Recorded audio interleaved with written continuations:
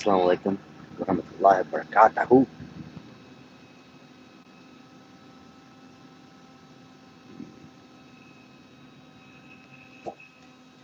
Been kind of asked to make this video for a while now. I've been going on live on my TikTok, and with TikTok you can't record it, right? But with Instagram and YouTube you can. So I'm gonna be talking about bringing back mysticism in Islam, bringing it back to its rightful place, to be that mystic, to contemplate and surrender the I am to the infinite. That's what a mystic is. And do that not through the intellect, but through within, not from the outside realm, not from the effect realm. See, we live in the realm of effect. There's a cause and then there's an effect. The effect, this is the effect.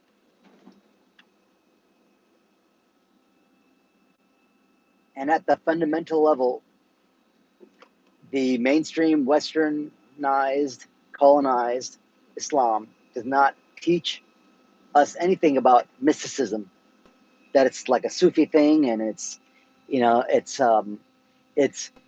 bid'ah or it's deviant, you know, and then these sects, they're not Muslim, and the only Muslims are Sunni Muslims, defined per the whole system that has created the faction of Sunni Muslim. See, there's all these labels. There's no Shia, Sunni, Hanfi, Maliki. There's no other any of those things as you get closer to the Prophet's time. They were all mystics.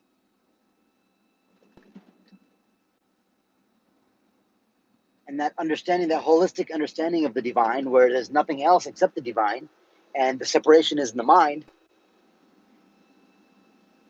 that become forgotten. That has, you know, it's forgotten. And anybody that tries to teach it again, they get attacked by the people that are in these labels, you know, holding on to their label. No, this is the only way we can understand the infinite, the divine, the one that created everything. There's no two forces. There's only one force.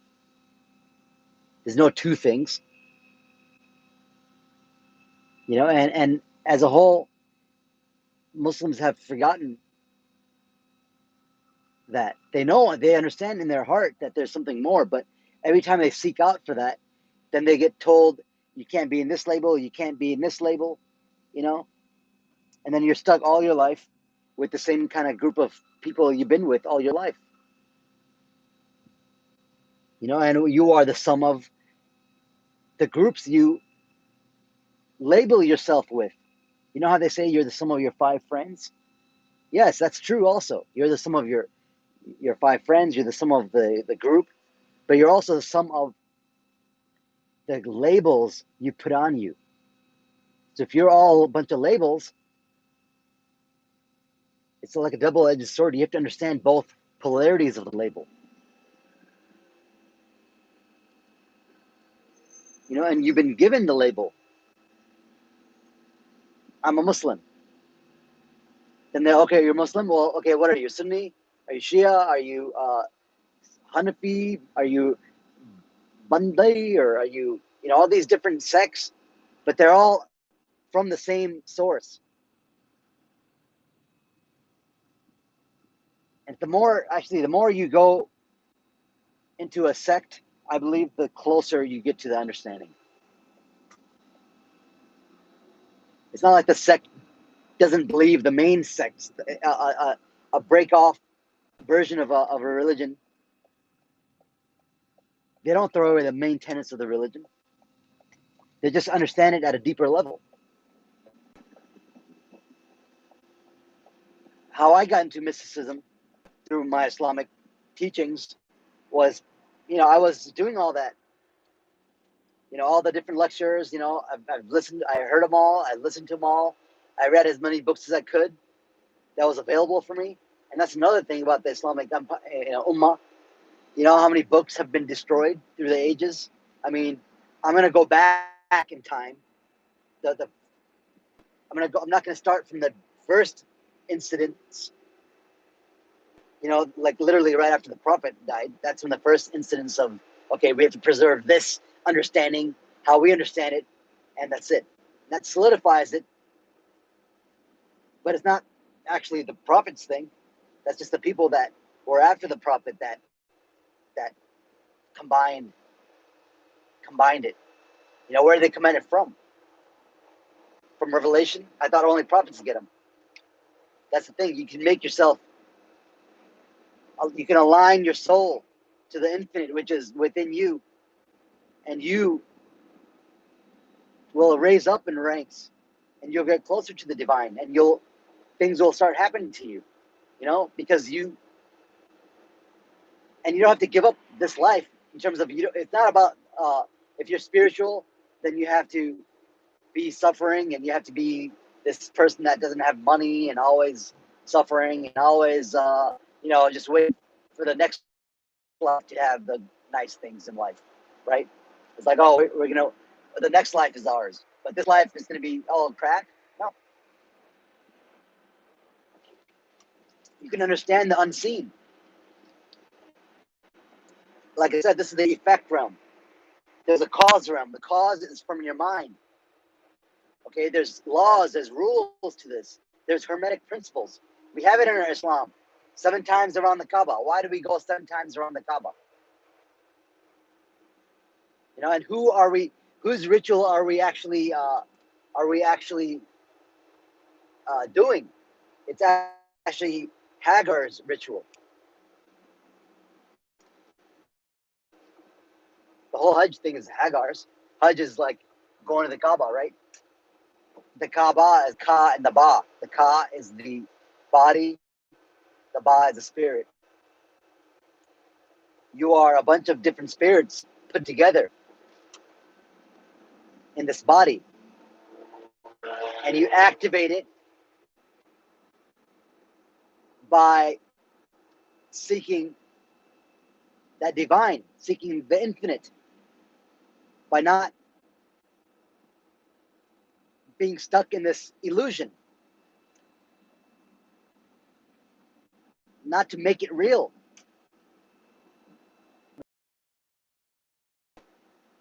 You have to kind of play it like a game. You have to go above it. You have to transcend it. And you can transcend it by understanding these different unseen principles like mentalism. You know, there's Hermes.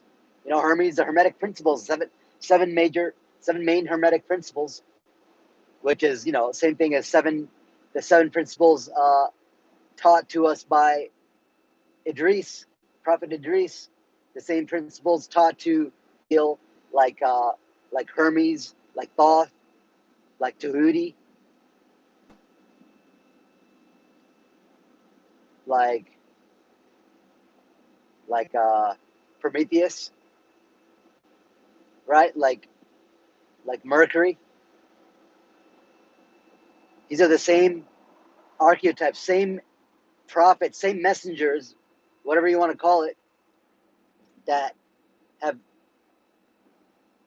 told you these truths about this reality, and can learn them. But you're not going to find it with the masses. You know, you're not going to find it at the masjid.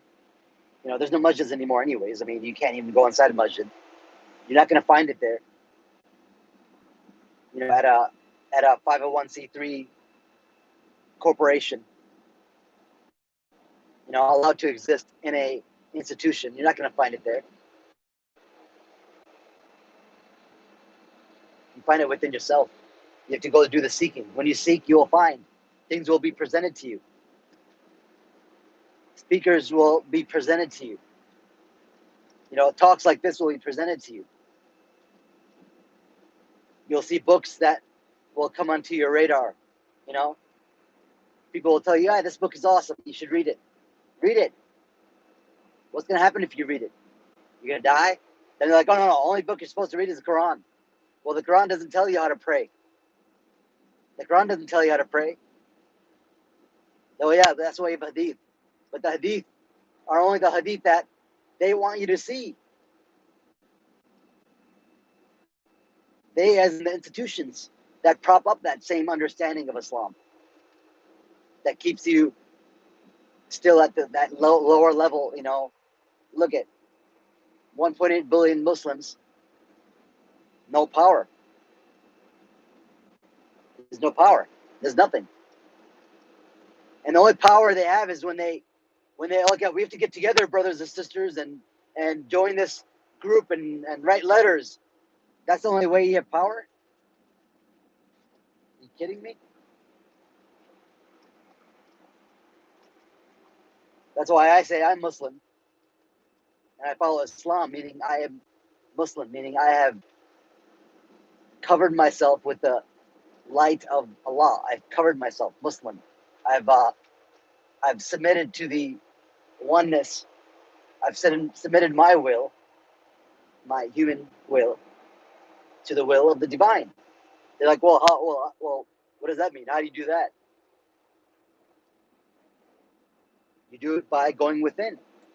You keep on asking yourself questions like, why do we do this? Why do I do this? Why am I eating this burger? Is it conducive to my goal of what I want in this reality? You can make this heaven on earth. If you're in heaven right now, how do you make things in heaven? You just think about it and it would be, right? You wouldn't think about what you don't want. So just focus on what you do want in life. Kind of do research on yourself. Like, what do you really? And 3 new cars, want that? Or do you think you want that? Or do you really want to travel?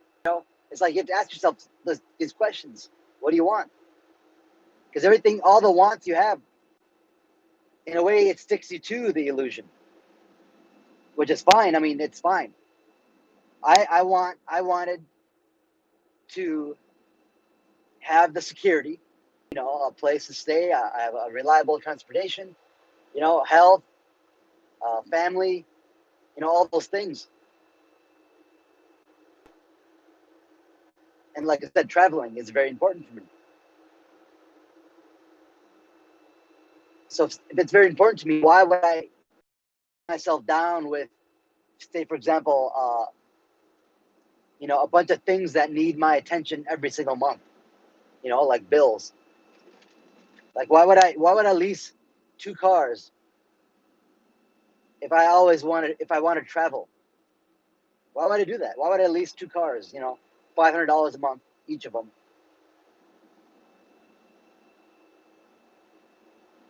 People don't think that like that. People don't think in terms of what they want. They think in terms of what other people want for them. What my religion wants from me. What my family wants from me. What my employer wants from me. If you're doing that, then you're not gonna live your life. You're gonna live somebody else's life. A bunch of labels. So you have to understand. Yes, we're waking up to this illusion, but waking up and being awake is different. Waking up, when you're waking up in the morning, you're kind of dazed and all that kind of stuff. But so now you can basically program yourself, your superconscious mind. And now this is where we're getting in the territory of, oh, you can't do that. That's magic. Oh, it's black magic. It's haram. It's haram. You can't invoke energy. That's haram. I can't invoke energy from within myself. Everything is from Allah anyways. So it's not I'm doing it from something else. Why can't I logically? I can look at a freaking a GI Joe and be like, okay, I want that energy of that GI Joe to kind of come at me, like that energy, whatever, it's through your imagination. You can kind of put yourself in that character's shoes in your imagination, and when you become that person in your imagination with heart and with, just really use your imagination and feel the feelings that person would feel through your empathy and sympathy. Feel that, and then you will invoke energy of whatever you need.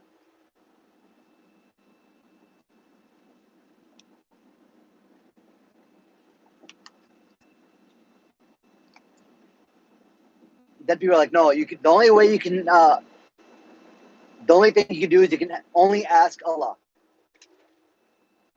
through the system that we've been told. Everything is Allah. There's nothing else except that one energy. It's just the illusion of separation. Because our soul, the light, it is Allah.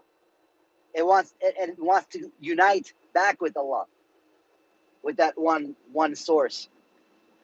To unite with that source. That's what the soul wants to do. It wants to reunite. And in doing so, it has to go through all these layers of separation you have built inside your mind.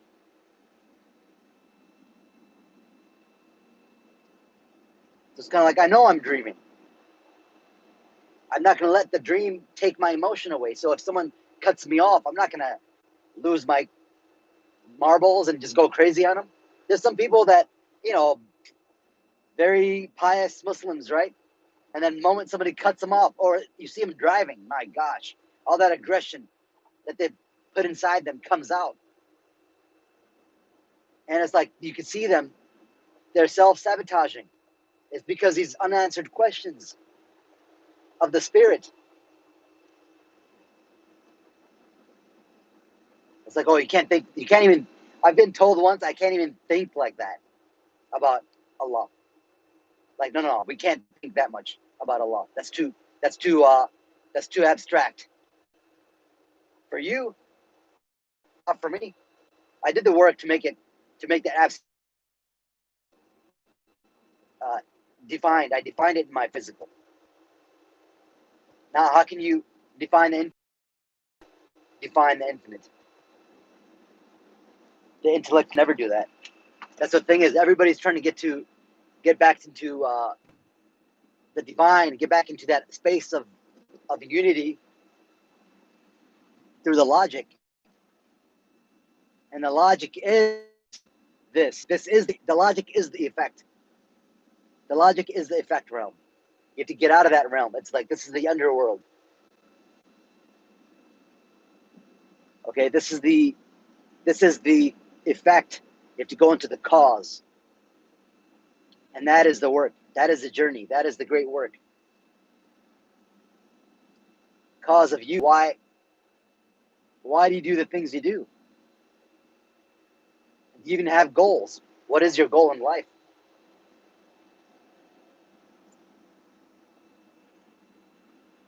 I mean, you don't have to get all spiritual to have the physical, the positive things in the physical. All you have to do is have a goal in your mind. And you have to have that person in your mind has to be achieving that goal and living in that goal. And then the effect will correlate with that. So you have to eat like that person that has accomplished that goal. You have to think like that person that has accomplished that goal. Now with me, I'm just taking it up a step further and be like, you can control everything in this reality. Just like Neo, like the Matrix.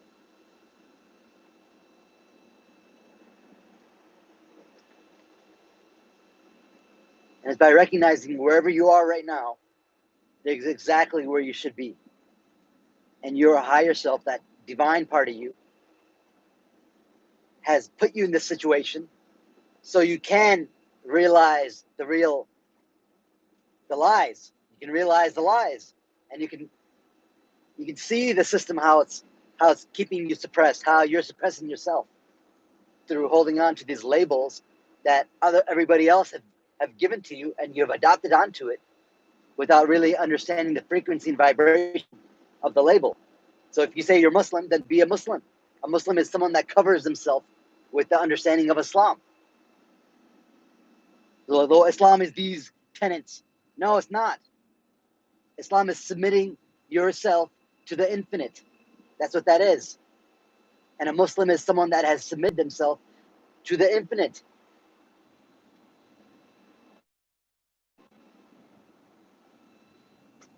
A real practicing Hindu that understands those statues are not God. They're not equal to God. They're just a fragment of the energy of the infinite, defined in a okay, like a monkey mind, like Hanuman.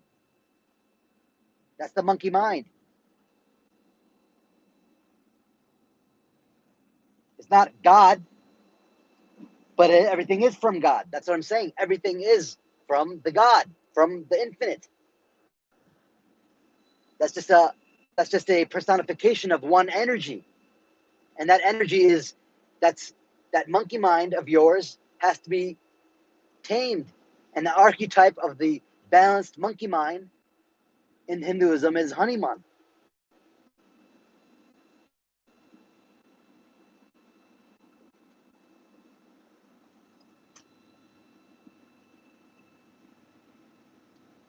And Allah has 99 attributes, right?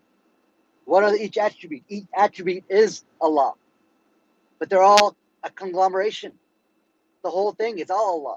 So all these gods and goddesses and everything, you put them in a blender together, just mix them up. That's Allah.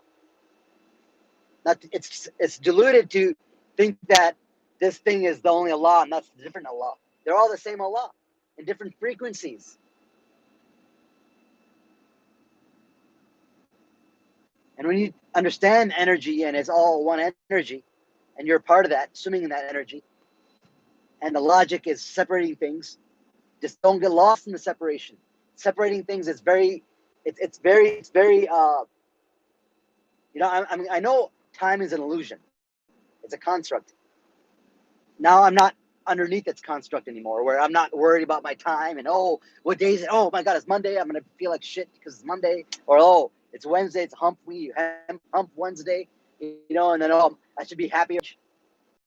Now I can understand, okay, you know what? It's Friday. This person here is going to be happy. Okay, it's Monday. Most people in our culture are going to be kind of pissed off, and the traffic is going to be kind of light. Come Tuesday, they're going to be in their automatic self, I look at time like that. I don't know what day it is, but okay, it's Monday. I have to go to the bank, okay, I got to do these things. That's the construct of time. I'm not underneath it. I'm above it because you created it. It was created for you. Like you personally, you as in like whoever you are watching this, you didn't create it. I didn't create it. But what are we? We're all one energy. We're all happening inside our own mind, inside a mind, inside the one mind. There's only one mind. It's just arranged differently.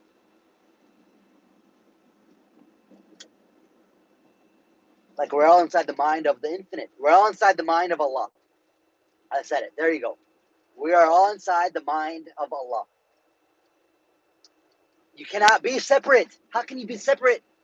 I don't understand how this argument, when I say this to other Muslims, and they tell me I'm wrong and I'm black magic and stuff like that, because I work with quantum physics. I'm doing black magic. I can see a symbol and I can relate to it in a different way, because everything is a symbol. Every symbol does something to you in your subconscious mind. See, magic has been done upon you. Frequency, vibrations, everything you see does something to you in the subconscious mind. Everything.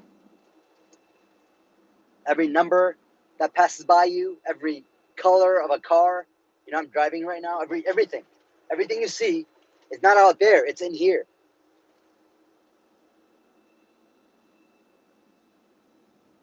And what is it reflect? And the light that's reflecting, that light, you have been projecting it, and it's reflecting back to you. But if you don't, it's reflecting back to you. And if you're lost in separation, then you think it's something outside there.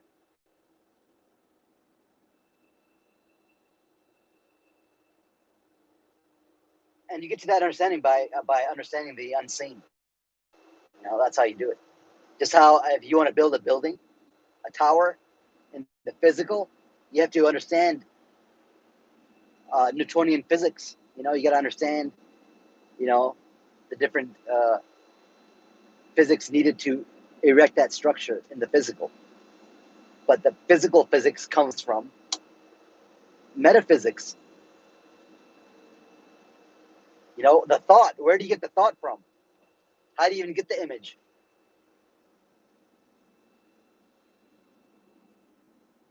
And who said you need 90-degree angles? Like who came up with these mathematical sciences and equations?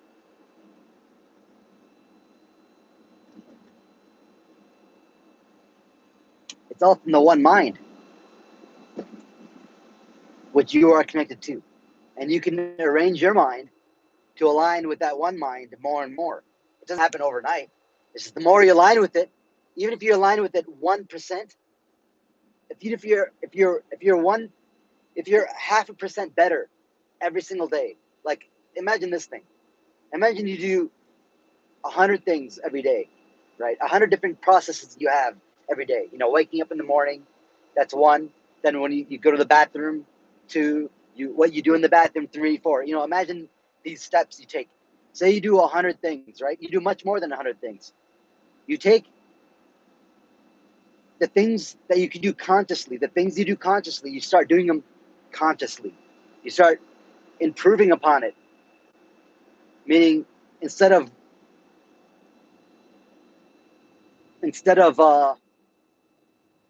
brushing your teeth for a minute, brush your teeth for 3 minutes, and then while you brush your teeth, you're looking in the mirror and you are imagining, your higher self brushing its teeth. You're not thinking about work. You're not thinking about the wrinkles in your eyes. You're not thinking about your white hair. You're programming yourself. Do that. Change yourself a little bit in everything you do. Do it with more awareness of what you are. And I guarantee you, in 1 month, you're going to be a different person. Because even if you change yourself 1% every single day, by the day 30, it's not 30% you're different. It compounds. Like they say, what would you rather have? $1 million in 30 days, or no, would you have $1 million right now, or I give you this penny and we compound it every single day for 30 days and you get whatever it is at the end of it. You're like, no, I want the $1 million right now. But if that person understood the compounding, that one penny compounded in 30 days is something like $5 million. So the power of compounding. So compounding your good habits will change you as a person. And they're like, oh, do you pray? Do you pray? You gotta pray 5 times. You gotta pray 5 times. Like, that's basic. That's basic. But I think that they can be their own like lost self, throughout the whole day. They're awake, and then their alarm goes off. It's time to pray, or they get told to pray. Hey, pray, go pray. By your mom or your parents, or if you're working at a corporation, you're not praying, dude. If you are, then you're hiding in the corner somewhere, or if you are a strong enough Muslim, then you're like, hey, I gotta pray, and then that's good for you. What I'm saying is, when most people pray, they're not praying in that state. They're just doing it because they have to. They fear. They fear it. It's like it's done from fear, or it's like it's a habit. It's like it's a habit. That's not. That's not how we're supposed to be, man. This is an illusion. You can make it your illusion. You can have everything in this life and the hereafter. You have to understand this illusion. You can't be lost in it like everybody else. And you're not going to get this kind of information from the masses. The masses are led by a shepherd. Okay, the shepherd, the sheep are led by a shepherd, and we're told, oh, there's a sheepdog, right? There's a sheepdog that corrals them, and the shepherd looks out for the wolves, and other sheep are like, oh, my shepherd is so amazing. He protects us, you know. He looks out for the wolves and all that stuff. But the shepherd is the one that's selling you. Once your wool is not, whatever. Once that wool is done, then you're gonna be muntin. That sheep is gonna be sold to the slaughterhouse. All the while, that whole sheep was like worried about all these wolves trying to get him. You know, that's what I'm saying. Don't be stuck in the group mentality. The word religion is a made-up word. It means to bind, relegare, to bind. Look up Santos Bonacci. Santos Bonacci is a great scholar. He talks about this in his older lectures. That's the thing. A lot of these people online, even the scholars and the lecturers, they talk about the same thing over and over and over and over again. Like same thing with like like you listen to Yasser Qadi. Okay, you can listen to every single lecture he has. I've listened to every single Yasser Qadi lecture. I've listened to every single Muhammad al-Sharif lecture. I've listened to all of them for years. And that's what got me solidified and then started to ask more questions. Like, okay, why is it that, Hamza Yusuf is so looked at as like a deviant person amongst, these certain kind of Muslims, with lecture halls and they do lectures, Al-Maghrib Institute, they do, but then they look at, Hamza Yusuf, some of them look at him as like, oh, he's deviant, or, they don't even focus on him, what he's saying or what he's doing. They just continue on their own lectures, whatever they've been taught. The same old, which is good, which is needed, but you don't stay at that level. You're not supposed to stay at that level. You're supposed to rise above it. That's a stepping stone for you. That's not that becomes a little box you go into. It becomes a door you go into. You're supposed to break down those walls because you're in a wall. You're in a box. It's like boxes and boxes and boxes. You got to tear down those boxes. The human being in the flesh is the ultimate box.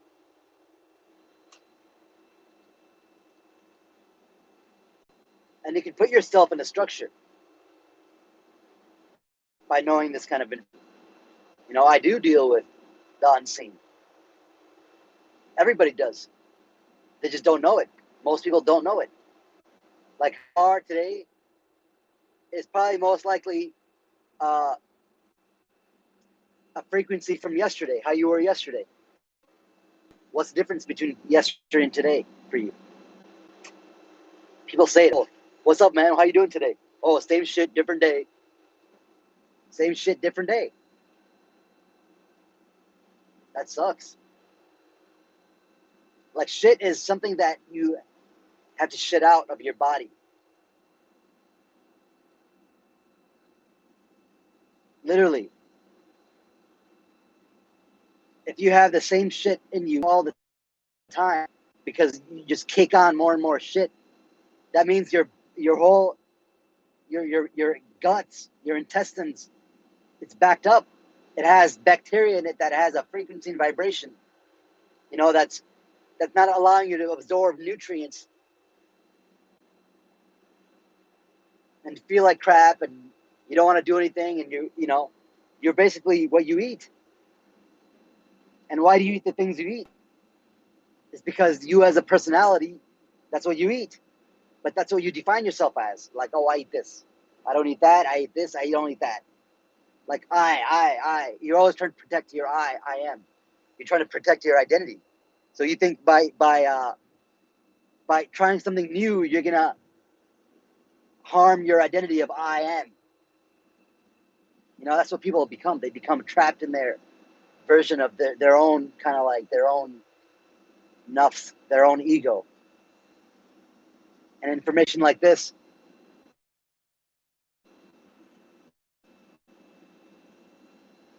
for people that are scared, it kind of, it's like, if I'm not that, then what am I? If I'm not this person that goes to work every day morning at 5 o'clock, and I come home and I have a beer and I drink, or I watch TV, or I just pray my prayers, and then I just kind of go to sleep, and whatever. I mean, if